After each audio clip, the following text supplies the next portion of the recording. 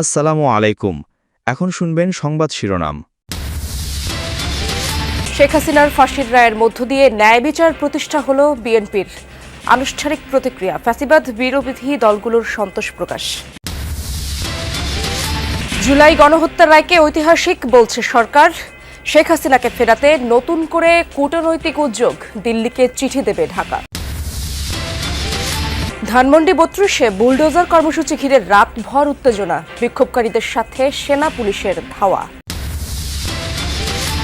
রাজধানীর পল্লবীতে যুবদল নেতাকে গুলি করে হত্যা, পালানোর সময় এক অস্ত্রধারী আটক। বরিশালে মিষ্টি বিতরণের সময় ছাত্রদল নেতা খুন।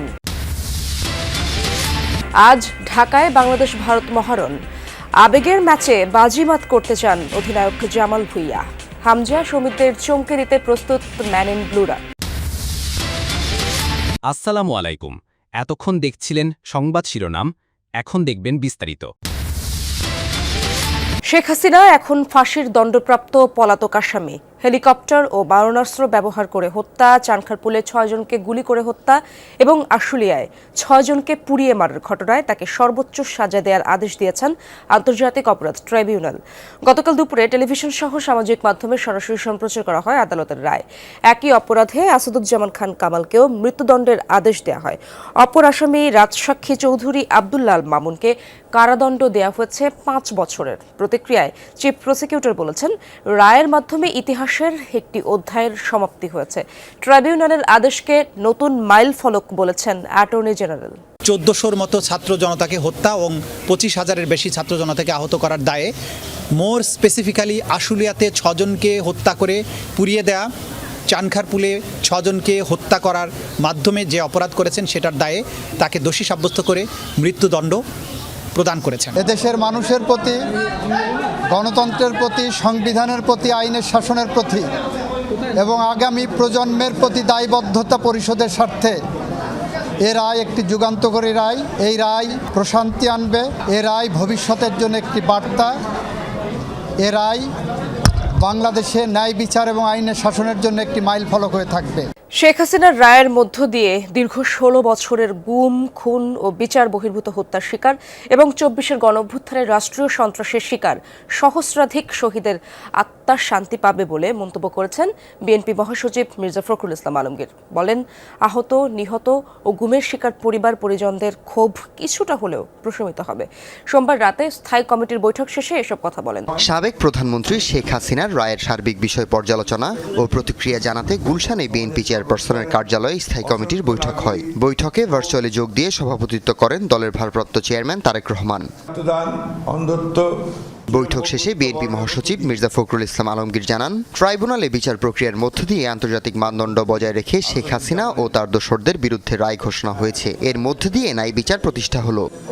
মানবতা বিরোধী অপরাধের দায়ে সাবেক প্রধানমন্ত্রী শেখ হাসিনা এবং সাবেক স্বরাষ্ট্রমন্ত্রী আসাদুজ্জামান খান কামালের মৃত্যুদণ্ড জবাবদিহিতার উজ্জ্বল দৃষ্টান্ত স্থাপন করেছে। বিবৃতিতে জানিয়েছেন ডক্টর মোহাম্মদ ইউনূস। সোমবার রাতে দেয়া বিবৃতিতে তিনি আরও বলেন, এই রায়ের ফলে আন্তর্জাতিকভাবে বাংলাদেশের অবস্থান দৃঢ় হয়েছে। প্রমাণ হয়েছে কেউই আইনের ঊর্ধ্বে নয়। রায়ের ফলে জুলাই ও আগস্টের গণ আন্দোলনে ক্ষতিগ্রস্ত হাজারো মানুষ তাদের বিচার পেয়েছে। জনগণের আস্থার একটি ধাপ পূরণ হয়েছে বলেও মনে করেন তিনি। এছাড়াও বাংলাদেশ আগামীর চ্যালেঞ্জগুলো সাহসের সাথে মোকাবেলা করা হবে বলে জানানো হয় বিবৃতিতে। ধানমন্ডি ৩২ নম্বরে বঙ্গবন্ধুর বাড়ি ধুলোয় মিশিয়ে খেলার মাঠ বানাতে ছাত্র জনতার বুলডোজার কর্মসূচি নিয়ে দিনভর চলা উত্তেজনা গড়িয়েছে রাত পর্যন্ত। এক্সকাভেটর নিয়ে ভেতরে প্রবেশের চেষ্টা করলে লাঠি পেটা করেন আইনশৃঙ্খলা বাহিনী। ধাওয়া পাল্টা ধাওয়ার ঘটনা, পুলিশ সদস্যসহ আহত হন বেশ কয়েকজন বিক্ষোভকারী। ২০-এর গণ অভ্যুত্থানের পর ভেঙে ফেলা ধানমন্ডি ৩২-এর বাড়িটি ধুলোয় মিশিয়ে দেওয়ার ঘোষণায় সোমবার সকাল থেকেই তৎপর হয়ে ওঠে আইন শৃঙ্খলা বাহিনী। পাশাপাশি দুটি ভবন যেন কঙ্কাল হয়ে দাঁড়িয়ে আছে। সেখানেই খেলার মাঠ বানাতে বুলডোজার কর্মসূচি দেয় ঢাকা কলেজের শিক্ষার্থীরা। দুপুর ১২টার দিকে দুটি এক্সকাভেটর নিয়ে ৩২ নম্বর সড়কের সামনে আসে ছাত্র জনতা। তাতে যোগ দেয় আশেপাশের বিভিন্ন প্রতিষ্ঠানের শিক্ষার্থীও। শেখ হাসিনা কোনো আস্থা নাই, এই বাংলাদেশে রাখতে দেব না, আমরা ৩২ ঘুরিয়ে দিব। তারা ককটেল বিস্ফোরণ ছাড়া দেশের ভিতরে বিভিন্ন বিশৃঙ্খলা সৃষ্টি করতেছে। আজকে তাদের এই আস্তানা একবার নিশ্চিহ্ন করে দেওয়ার জন্য আমরা এখানে আসছি। আমরা তাদের বাসভবন পুরাই দিব বুলডোজার দিয়ে। তাদের বাধা দেয় আইন শৃঙ্খলা রক্ষাকারী বাহিনী। পুলিশের এপিসি দিয়ে সড়কের প্রবেশ মুখ আটকে দেয়া হয় 3 স্তরের বেষ্টনী। ঘণ্টাখানেকের চেষ্টায় তা ভেঙে ভেতরে প্রবেশ করে বিক্ষুব্ধরা। এক পর্যায়ে একটি এক্সকাভেটর নেওয়া হয় সড়কের মুখে। এক্সকাভেটর আটকাতে পুলিশের সাথে যোগ দেয় সেনা সদস্যরাও। উত্তেজিত শিক্ষার্থীকে লাঠিপেটা করে সরিয়ে দেয় মূল সড়কে। বিকাল গড়িয়ে সন্ধ্যা, সেনা সদস্যরা পান্থপথ, কলাবাগান, সোবহানবাগমুখী সড়কে অবস্থান নিয়ে ধানমন্ডি 32-এর সুরক্ষা বলয় তৈরি করে। আন্দোলনকারীরাও অবস্থান নিয়ে থাকে রাত পর্যন্ত। হঠাৎই দল বেঁধে ধানমন্ডি 32-এর দিকে যেতে নিলে আবারও সাউন্ড গ্রেনেড ছোড়ে পুলিশ।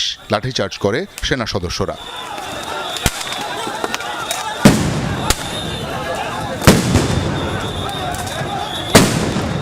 পরে ছত্রভঙ্গ আন্দোলনকারীদের পিছনে হটিয়ে কলাবাগান পার করে দেয় পুলিশ।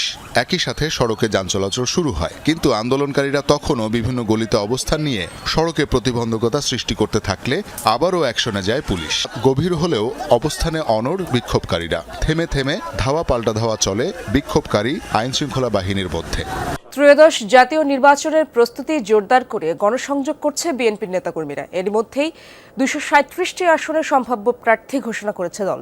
বিষয়টি স্থানীয় রাজনৈতিক মহলে মতবিরোধের পাশাপাশি নেতাকর্মীদের মধ্যে অনিশ্চয়তার সৃষ্টি হয়েছে।